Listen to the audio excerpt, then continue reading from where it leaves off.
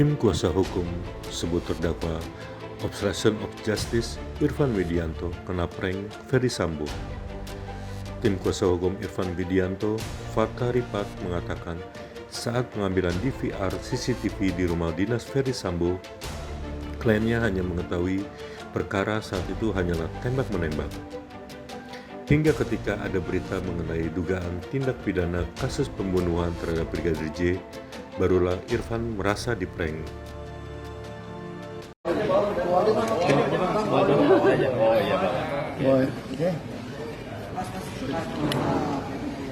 Oke, pertanyaan saksi-saksi tadi menerangkan bahwa sekali perbuatan Irfan, kan, mengamankan, kan, dengan cara mengambil, mengganti, dan yang diganti itu bisa aktif, tetap yang diganti yang diambil itu diserahkan kepada penyidik melalui Arianto, dan diambil lagi oleh diambil oleh saksi bukan Arsyad, ya kan? Di mana tadi saksi itu ngomong ditaruh di bagasi, dan Arsyad juga bilang diambil dari bagasi, artinya Arianto ya, artinya Arsyad juga bilang diambil dari bagasi kan, artinya barang itu tidak pernah disentuh. Dan kita diambil oleh Arsyad, dicoba nyalakan, nyala, tidak rusak, cuma paspor. Artinya ketika barang itu nyampe ke penyidik, ya kan, itu dalam keadaan baik. Dan pertanyaan selanjutnya saya tanya, apakah itu barang bukti sudah nyampe ke penyidik, ada tanggung jawab siapa? Tanggung jawab penyidik. Jawaban mereka. Ya kan, artinya tidak ada kesalahan sampai dengan di sini kan.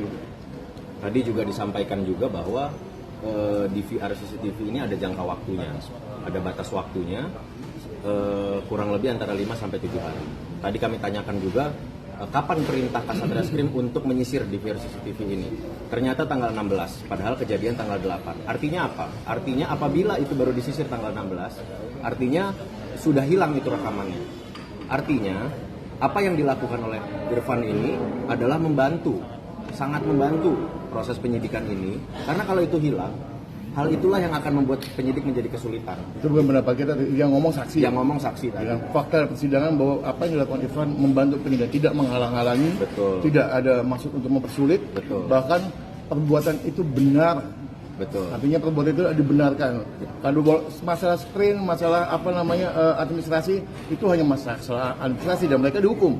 Untuk itu penyidik itu ngomong saya kena kode etik. Dan mereka mengakui itu kesalahan kami masalah administrasi. Administrasi bukan tindak pidana loh. Dan kami juga tanyakan tadi, apakah penyusulan formil tersebut, beasita dan sebagainya ini lumrah dilakukan. Pada dasarnya, apabila di lapangan itu harus bergerak cepat, mereka sampaikan. Jadi hal-hal tersebut biasa dilakukan, gitu. Dan juga ternyata dalam penyerahan ke Puslap 4 oleh pihak Polres itu juga menyampaikan bahwa yang menyerahkan ini bukan penyidik yang berwenang. Jadi itu hanya kebetulan salah satu kanit yang diperintah oleh Kasat untuk mengantarkan. Tadi diantarkan pun tidak ada formilnya juga tidak ada. Jadi tidak ada laporan polisinya, tidak ada dasar penyerahan surat permohonannya, tidak ada beasitanya, tidak ada. Simpel lagi. Saya tahu ada barang bukti tidak pidana apa. Saya serahkan ke penyidik. Salah? Tidak. Salah? Enggak. Malah ditangkap, malah dijadikan tersangka. Itu dan penyidik pun mengakui bahwa dengan barang bukti ini pasti dibantu. Itu aja. Dan kami tanya juga tadi, berarti dalam menangani suatu perkara, penyidik ini bila menerima barang bukti dari siapa saja warga negara, itu boleh siapa saja menyerahkan. Karena gini, yang dengan itu merasa terbantu. Karena gini, kuncinya sampai dengan perbuatan yang dilakukan Irfan dan tanggal 11 itu semua orang kena prank, semua orang kena bohong. Betul, tadi disampaikan. Kita tahu baik penyidiknya mau Irfan semua tahunya ini tembak-tembakan yang begitu. Betul. Tadi saya tanya, kapan para saksi ini mengetahui bahwa ini ternyata bukan tembak-menembak melainkan dugaan tindak pidana pembunuhan? Ternyata baru bulan Agustus dan mereka pun mengetahuinya dari media. Artinya apa? Artinya semua yang bekerja dalam rangka menangani perkara ini itu semuanya merasa terprank gitu, merasa dikerjain semua gitu. Termasuk terdakwa kita, termasuk klien kami Irfan ini juga mengetahuinya bahwa ini semua perintah yang dibenarkan dalam rangka membantu mencari kebenaran gitu terhadap Ya, ketika ada perintah untuk merusak itu setelah ini tanggal 13 itu baru ada niat jahat. Itu niat jahat untuk menghilangkan barang bukti baru ada niat jahat untuk mengkaburkan, merusak dan lain-lain, dan di situ tidak ada peran Irfan. Tidak ada sama sekali. Peran Irfan sudah selesai, pembuatan Irfan selesai di tanggal 11. Betul. Gitu kan. Ya kita bisa menilai, mudah-mudahan majelis hakimnya pun bisa menilai apa yang kami yakini. Iya. Oke. Bang, kalau tadi dari keterangan saksi ini bisa dikatakan meringankan atau seperti yang semua Meringankan semua, membantu kita semua. Dari awal sidang, ini sudah 3 kali sidang saksi, semuanya meringankan, membantu dan menjelaskan yang sebenarnya ya, bahwa faktanya ini seperti ini. Mudah-mudahan majelis hakim juga melihat bahwa ternyata klien kami ini juga sebetulnya adalah korban. Ya dia dijadikan tersangka dengan asumsi bahwa memang dia mantan anak buah Sambo. Tapi dia mengundurkan diri sebelum.